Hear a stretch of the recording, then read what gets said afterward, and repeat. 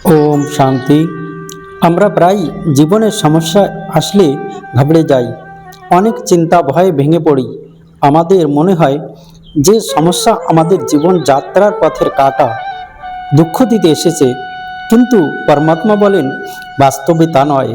আসলে যেমন কর্ম তেমনি হয় ফল, কর্ম করলে যায় না বিফল। এই জন্য মনে রাখতে হবে যে সমস্যা পূর্ব জন্মের কর্মফলের এক দর্পণ, সমস্যা পাপ প্রায়শ্চিত্তের এক মাপদণ্ড, সমস্যা জীবনের এক পরীক্ষা। এই জন্য সংকট, সমস্যা বা দুঃখ এলে না কখনো চিন্তা করবে, না ভয় পাবে, না দুঃখী হবে, না ভেঙে পড়বে। কারণ সমস্যা বা দুঃখ ভুলকে এবং ঈশ্বরকে স্মরণ করিয়ে দেয়।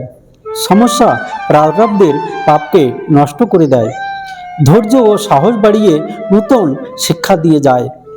অর্থাৎ যে এমন পরিস্থিতিতে আত্মজ্ঞান ও কর্মের গুহ্য রহস্যের জ্ঞানকে অনুভব করে আত্মকল্যাণ ও পরমাত্মার কথা ভাবে, সে আরও উজ্জ্বল হয়ে ওঠে।